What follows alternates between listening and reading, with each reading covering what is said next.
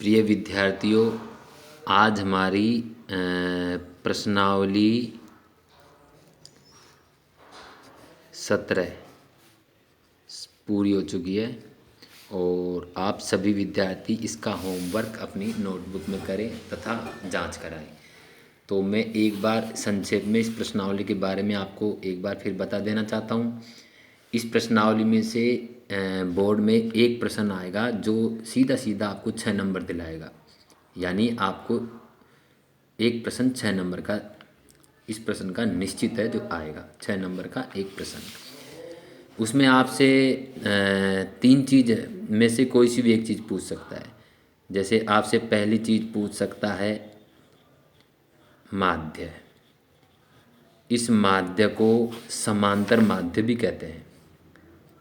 इस माध्य को समांतर माध्य के नाम से भी जाना जाता है, समांतर माध्य। ठीक है।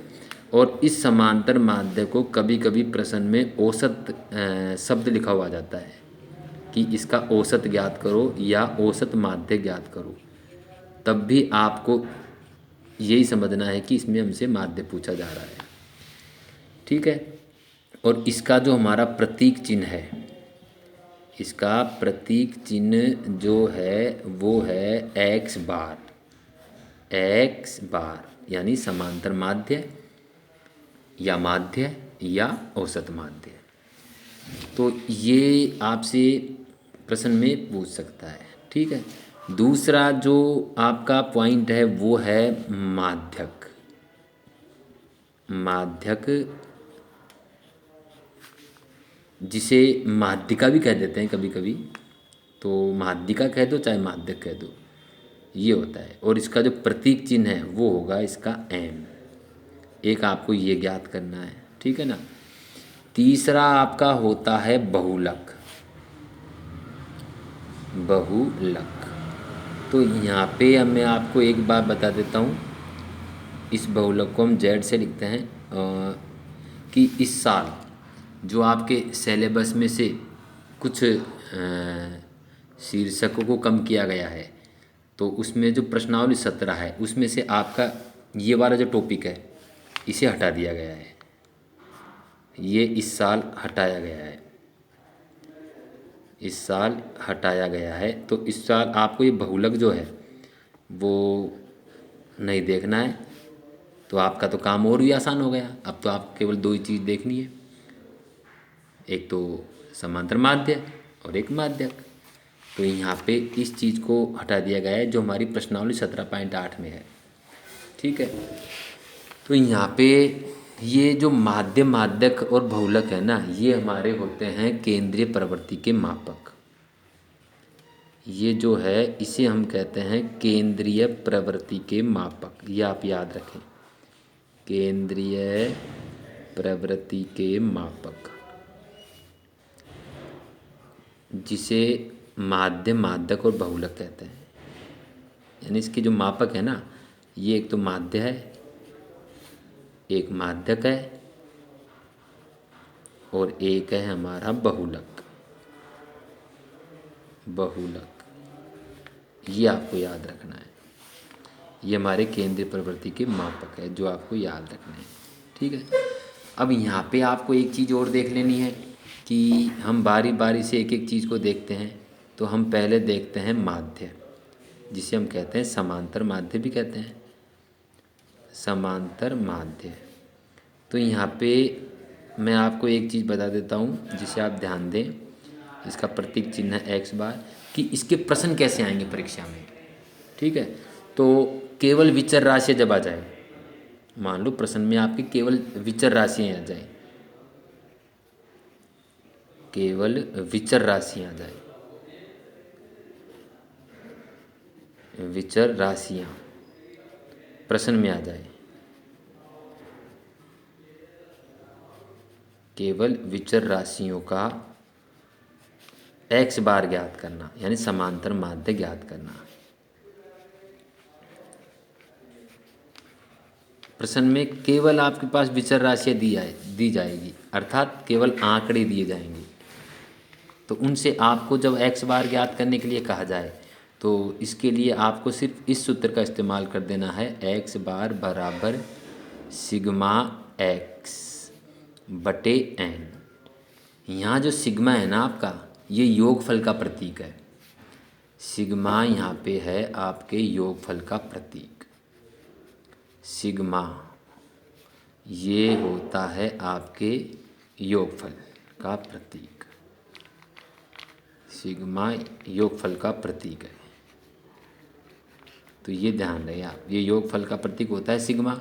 तो x यानी जितनी विचर राशियाँ आपके पास दी गई है उन्हें हम सबको सिग्मा यानी जोड़ देंगे।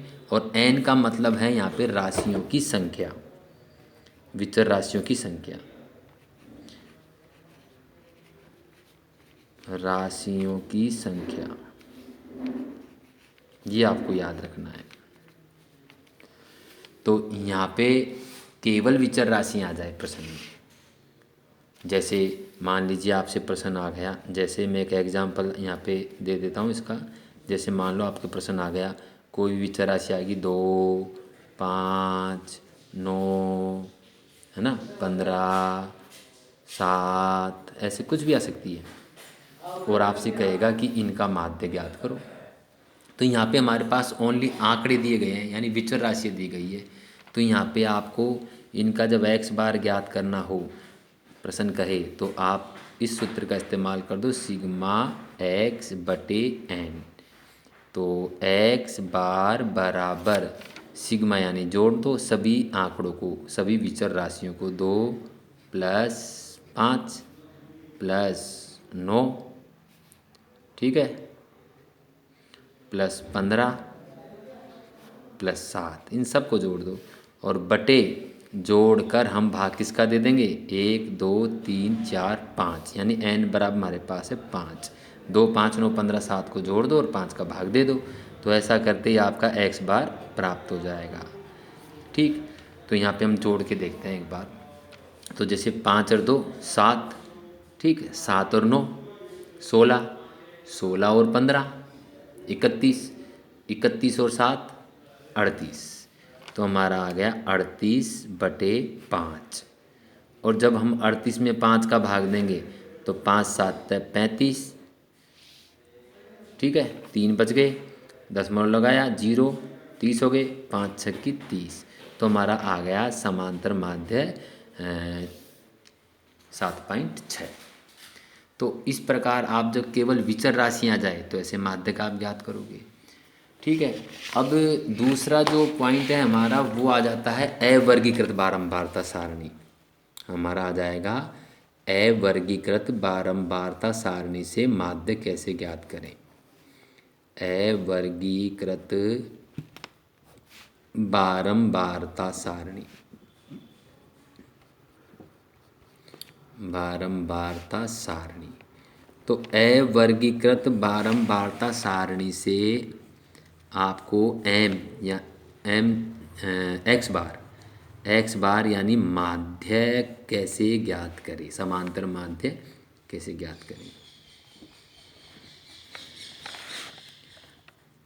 तो इसमें होगा ये कि जो आपका प्रश्न आएगा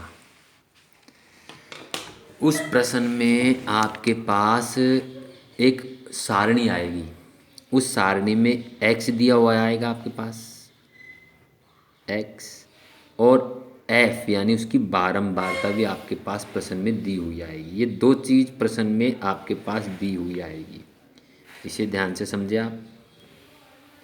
ये दो चीज़ आपके पास प्रश्न में दी हुई आएगी, एक x और एक उसकी बारंबारता।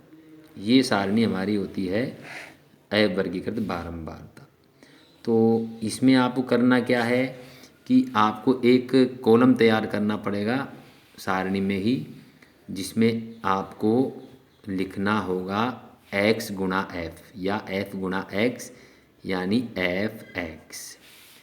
आपके x दिए हुए आएंगे, आपके f भी दिए हुए आएंगे, उन सबको आप गुणा करके यहाँ लिखोगे। और फिर उन सबको जो आपने f(x) किया है, इन सभी f(x)ओ को हम जोड़ देंगे, जिसे हम लिखेंगे यहाँ पे सिग्मा f(x). और जो भी आपके f है, जितने भी आपके f है प्रश्न में, उन सब को भी हम कर देंगे सिग्मा एफ। ये आपको करना है। इसके बाद में एक सूत्र होगा, उस सूत्र का हम प्रयोग करेंगे जो इस प्रकार है, एक्स बार बराबर सिग्मा एफ एक्स बटे सिग्मा एफ। इस सूत्र का प्रयोग कर लेंगे तो अवर्गीकृत बारंबारता सारणी से हमें समांतर माध्य ज्ञात हो जाएगा। एक्स बार बराबर सिग्मा एफ एक्स बटा सिग्मा एफ। और ये वाली जो विधि है ना, ये हमारी कहलाती है प्रत्यक्ष विधि। ये हमारी कौन सी विधि कहलाएगी? प्रत्यक्ष विधि। प्रत्यक्ष विधि। तो हम इस प्रत्यक्ष विधि से और अवर्गीकृत बारंबारता सारणी से इस प्रकार माध्य ज्ञात कर सकते हैं। ठीक है, तो ये आपको ध्यान देना है कि जब अवर्गीकृत बारंबारता सारणी आ जाए तो आपको ऐसे माध्य ज्ञात करना है। दूसरा, प्रश्न में आपसे अवर्गीकृत के अलावा वर्गीकृत बारंबारता सारणी भी आ सकती है। वर्गीकृत बारंबारता सारणी, वर्गीकृत बारंबारता सारणी से माध्य ज्ञात करना। माध्यक नहीं, समांतर माध्य। ठीक है, माध्यक तो हम बाद में ज्ञात करेंगे, पहले हम माध्य की बात कर रहे हैं। समांतर माध्य, समांतर माध्य यानी एक्स बार ज्ञात करना, एक्स बार ज्ञात करना। तो यहाँ पे आपको एक चीज़ देखनी है, सारणी देखनी है कि ये सारणी जो है आपकी वर्गीकृत बारंबारता सारणी, इसमें क्या आएगा प्रश्न में? तो जब आपके पास प्रश्न आएगा इसका, तो आपके सारणी में एक तो वर्ग आएगा जो प्रश्न में दिया हुआ आएगा, जैसे 0 से 10, 10 से 20, 20 से 30, ऐसे 0 से 5, 5 से 10, 10 से 20, ऐसे कुछ वर्ग दिए हुए आएंगे प्रश्न में। और उनकी दी हुई आएगी एफ, यानी उनकी आपको प्रश्न में दी हुई आएगी बारंबारता। तो यहाँ पे आपको एक चीज़ देख लेनी है, वो ये है कि जो आपका वर्ग आएगा प्रश्न में, ठीक है ना, तो आपको करना क्या है कि सबसे पहले आपको x ज्ञात करना है। f तो दिया हुआ आएगा आपके पास, आपको सबसे पहले x ज्ञात करना है, जिसे हम कहते हैं मध्यमान। तो x ज्ञात करने के लिए जो आपको करना होगा, वो दोनों वर्ग जो आपके वर्ग आएंगे ना, उन वर्गों को जोड़कर 2 का भाग दे देना है, तो हमारा x प्राप्त हो जाएगा।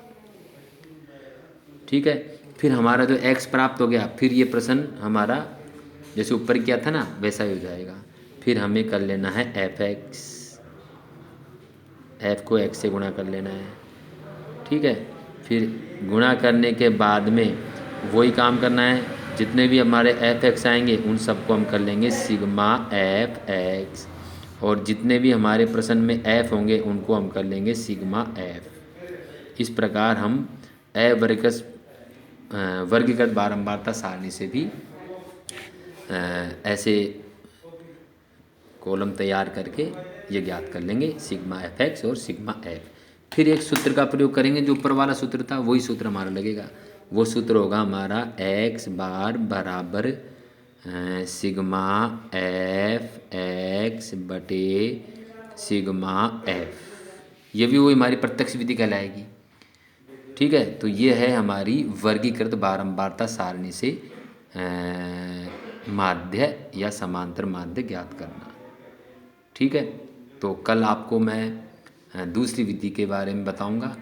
अभी आप इन सब बातों को अपनी नोटबुक में एक बार पुनः लिखें और इन्हें अच्छी तरह से याद करें, क्योंकि ये एक प्रश्न ही आपका 6 नंबर का आएगा। ठीक है, धन्यवाद।